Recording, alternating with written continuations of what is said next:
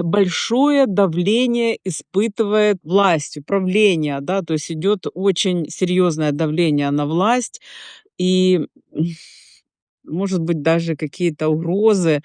Ну, такой период, ну, он пройдет. Вот он буквально тут еще месяц-два и закончится. Летом тема этого года — партнеры, соседи, переговоры, договоры. Какие-то партнеры, ну, сильные, есть поддержка, какие-то отпадут. Ну, вот такая тема.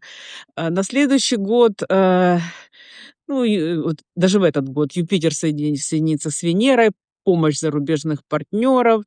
Ну, то есть в целом, я бы сказала, тут ситуация развивается. Ну, вот это сейчас довольно так, как может быть, нехорошо, не ощущение, какой-то угрозы, нестабильности, но я думаю, что это пройдет.